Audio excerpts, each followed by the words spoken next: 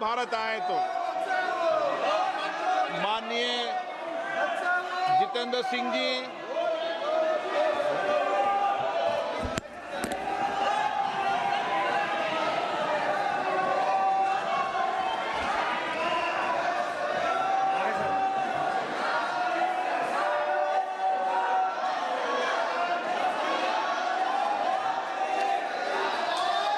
आदरणीय अध्यक्ष महोदय, मुझे ये देखकर और ये कहते हुए सदस्यगण, आप सब लोग पीड़ा महसूस हो रही है। जाकर बैठिए कि ऐसे आप वक्त सब में लोग आसन पे जाकर बैठिए प्लीज। अध्यक्ष महोदय, मुझे ये देखकर और ये कहते हुए बहुत पीड़ा महसूस हो रही है कि कैसे वक्त में, जबकि मुल्क में जश्न का माहौल है, जब हर देशवासी गर्वान्वित महसूस कर रहा है, जब देश अंतरिक्ष की उपलब्धियों का उत्सव मना रहा है, तो विपक्ष हमारी अंतरिक्ष की उपलब्धियों के लिए अंतरिक्ष से जुड़े विशेषज्ञों को और वैज्ञानिकों को बधाई देने में भी असफल हैं और उसके लिए तैयार नहीं।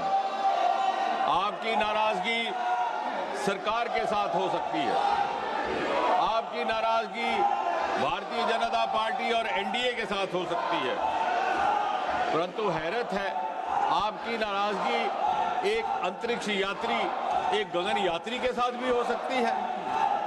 और वो एक ऐसा अंतरिक्ष यात्री जो एस्ट्रोनॉट होने के साथ साथ भारतीय वायुसेना का एक अनुशासनबद्ध सिपाही भी है। उसका ताल्लुक ना किसी राजनीतिक दल से है, ना किसी राजनीतिक पार्टी के साथ। आपको बार बार संसदीय मंत्री जी की ओर से अपील की गई, स्पीकर अध्यक्ष जी की ओर से अपील की गई, लेकिन ये अजीब मंजर है अध्यक्ष जी, आप धरती से भी नाराज हैं, आप आकाश से भी नाराज हैं और आज आप अंतरिक्ष से भी नाराज दिखते हैं।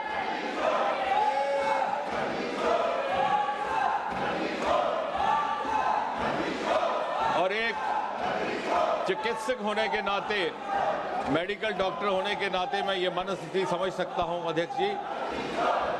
ये नाराजगी उस समय वाक़या होती है जब आदमी हताश होकर जाता है, जब आदमी निराशा से बेहाल हो जाता है, तो वो दर हकीकत नाराजगी किसी और से नहीं होती, नाराजगी अपने आप से होती है।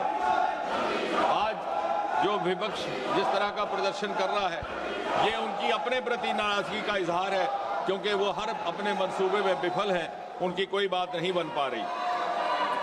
फिर भी मैं अपनी बात रखने से पहले, ताकि कहीं ये संदेश ना जाए कि हमारी ओर से पर्याप्त प्रयास ना हो, पूरी विनम्रता से सर झुका करके ये अपील करूंगा सदन के तमाम साथियों से, विपक्ष वालों से भी, कि यदि आपको सरकार का या देश का लिहाज नहीं, तो कम से कम इन अंतरिक्ष की उपलब्धियां प्राप्त करने वाले विशेषज्ञों के लिए आप इस चर्चा में भाग लें, वापस आएं। अहमद फराज का एक बड़ा मशहूर शेर है कि किस किस को सुनाएंगे जुदाई का सबब हम, किस किस को सुनाएंगे जुदाई का सबब हम, तू मुझसे खफा है तो जमाने के लिए आ, और किस किस को सुनाएंगे हम तुम्हारे शोरो गल का सबब, तू मुझसे नाराज है तो सुभाषों के लिए आ।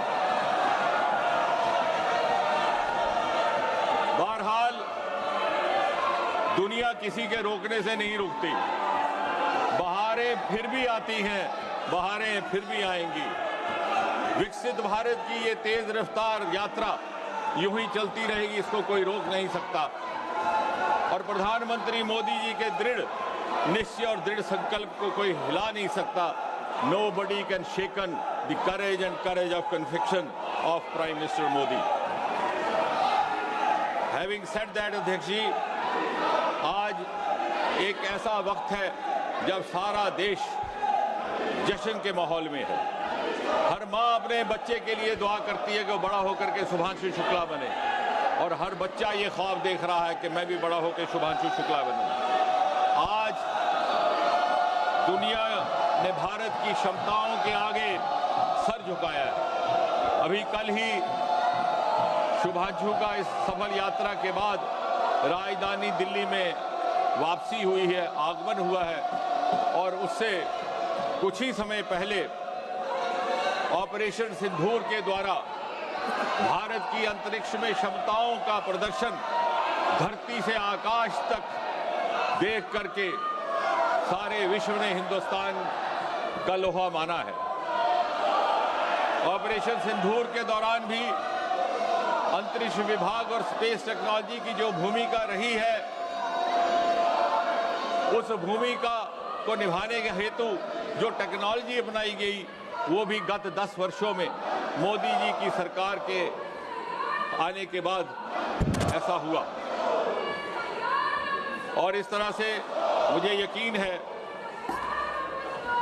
एक समय आएगा जब ये प्रश्न किया जाएगा इतिहासकारों से कि ऐसा क्यों कर था कि 60-70 वर्ष तक हमारा अंतरिक्ष का विभाग अलग थलग पड़ा हुआ एक सुस्त रफ्तार में काम करता रहा। और जब उस प्रश्न का उत्तर ढूंढा जाएगा तो ये समझ में आएगा कि 26 मई 2014 में जिस दिन मोदी जी ने प्रधानमंत्री के रूप में पदभार संभाला था, एक नए अध्याय का आरंभ हुआ और अंतरिक्ष की इस यात्रा ने गति भी पकड़ी, बल भी पकड़ा, उसको ताकत भी मिली।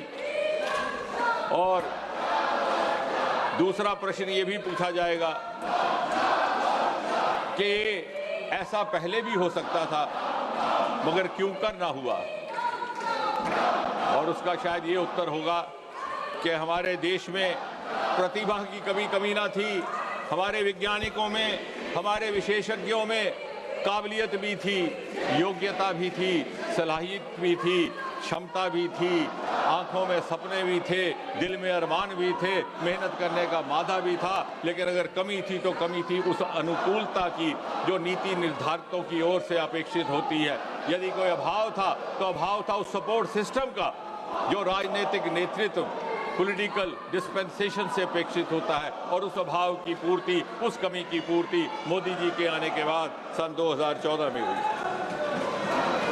और इसके पीछे कड़ी मेहनत की गई, कई क्रांतिकारी निर्णय लिए गए, एक के बाद एक स्पेस रिफॉर्म्स लाई गई जो कभी किसी ने ना सोचा, ना कल्पना की, ना तस्वुर किया। ऐसे ऐसे कदम उठाए गए, अंतरिक्ष के विभाग को प्राइवेट सेक्टर के लिए खोल दिया गया और मीडिया ने उत्साहित होकर के लिखा, Modi has unlocked India space. और ये काम केवल ये सरकार कर सकती है। केवल एक ऐसे प्रधानमंत्री who has the courage of conviction to break the taboos of the past and to take path breaking decisions and to take out of box decisions.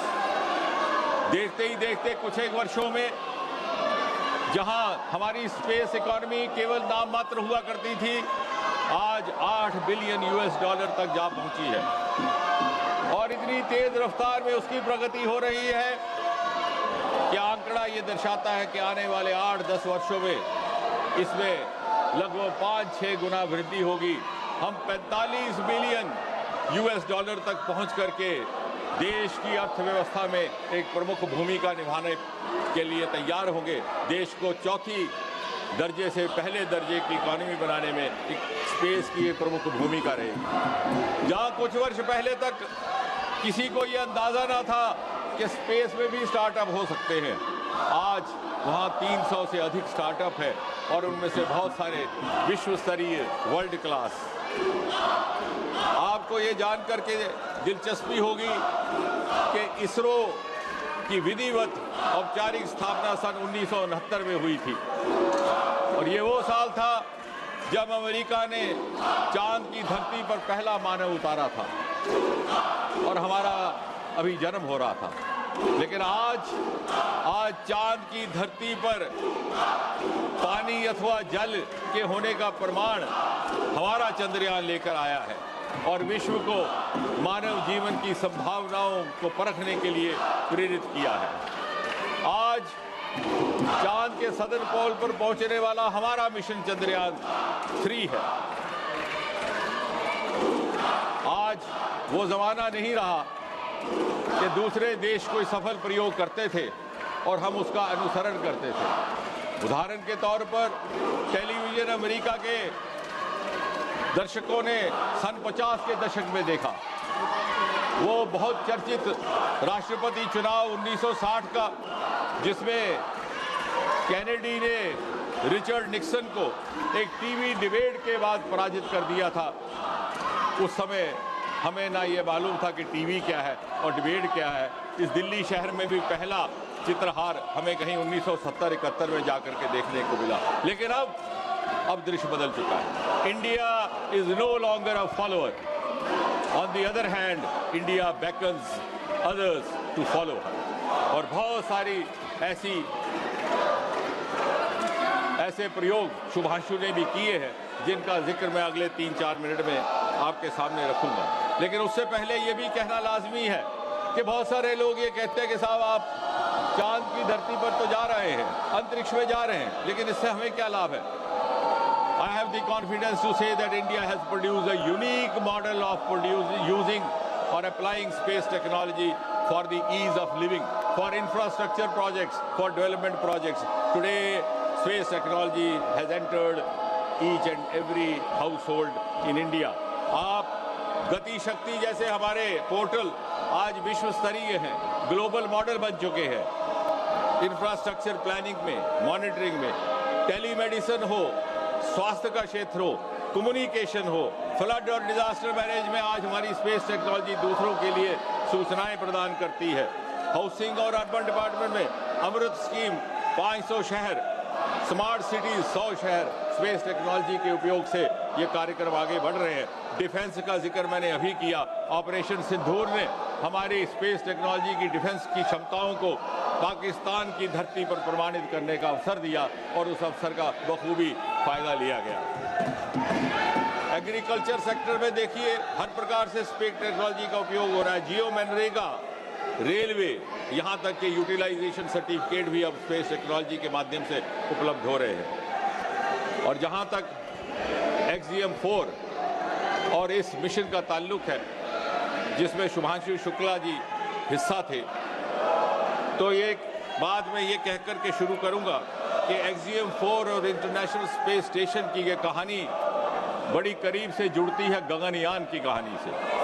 और इस कहानी का आगाज हुआ था 15 अगस्त सन 2018 को, जब लाल किले के परिसर से प्रधानमंत्री ने अपने स्वतंत्रता दिवस के भाषण में देशवासियों के आगे ये घोषणा की थी कि आगे कुछ वर्षों में भारतीय मूल का एक व्यक्ति चांद की धरती पर उतरने का काम करेगा।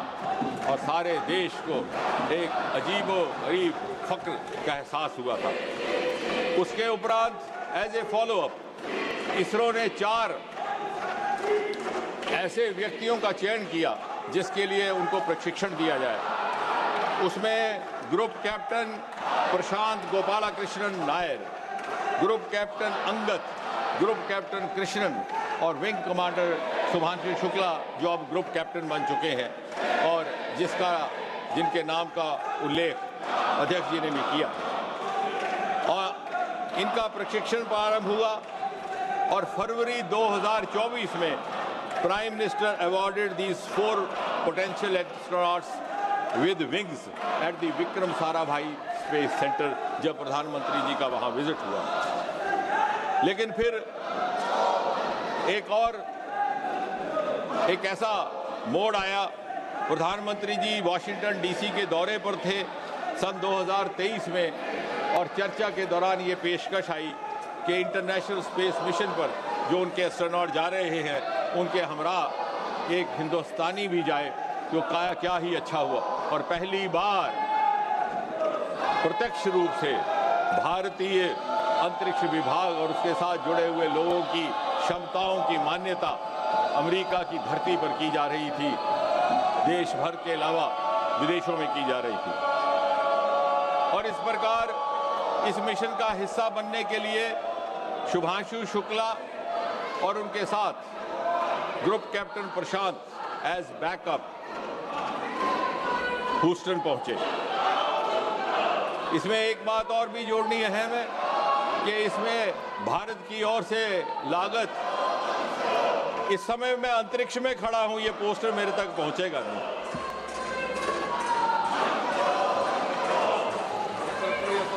ये अंतरिक्ष तक नहीं पहुंचेगा। बहरहाल हमारी तरफ से खर्चा केवल और केवल 548 करोड़ हुआ है, अर्थात $65 million, which is a very small amount compared to other missions across the world. In other words, India has also now specialized the technique of using cost-effective missions. हमारे जो फाइनेंशियल रिसोर्सेज हैं उनके अभाव को कभी कभी पूरा करने के लिए हम अपने इंटेलेक्चुअल और सेरिब्रल रिसोर्सेज का इस्तेमाल करके, जैसे कि चंद्रयान भी केवल 600 करोड़ में हो गया था, हमारा गगनयान 10,000 करोड़, इसी प्रकार यहाँ भी सिर्फ 500 करोड़। 400 किलोमीटर की दूरी थी, जिसे अमेरिका में मीलों में गिना जाता है, because they have the metric system of miles. So otherwise 250 miles धरती से आकाश तक उसे जाना था, अंतरिक्ष तक 28 घंटे का सफर था, 27,800 किलोमीटर की स्पीड थी और 14 दिन का ये सारा मिशन रहा।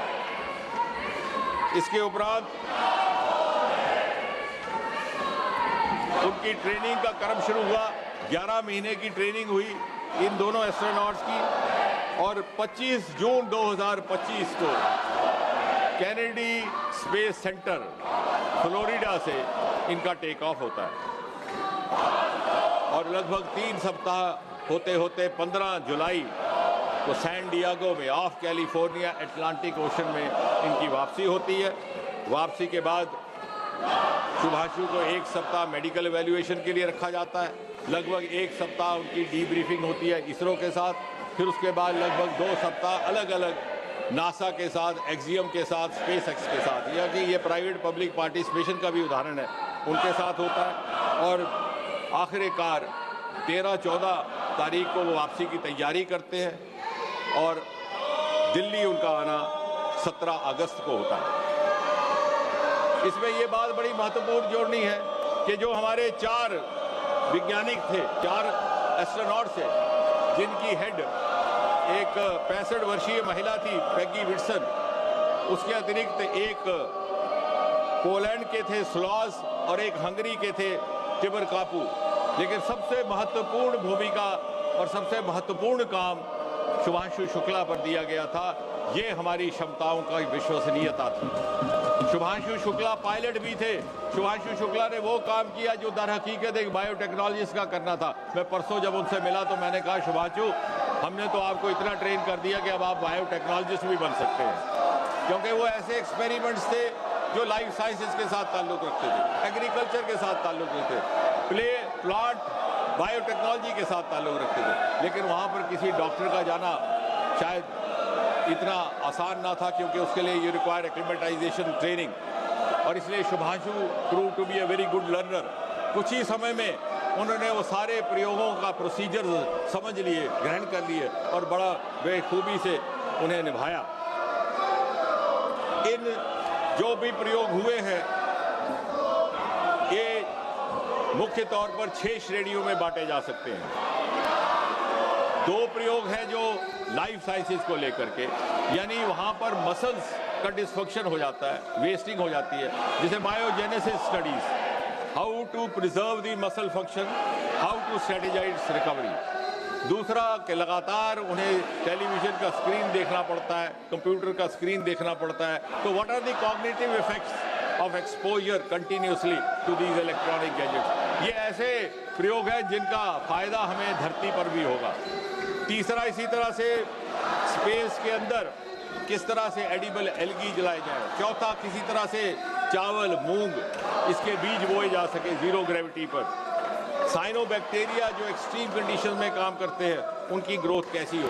कुल मिलाकर इन 6 श्रेणियों के प्रयोगों का सबसे बड़ा महत्व, जो मुझे बड़ा गर्व है और हर्ष है ये साझा करते हुए, मैं कहूँगा कि 3 बहुत अहम इससे संदेश गए हैं। पहला कि ये सारे के सारे इंडिजिनस थे।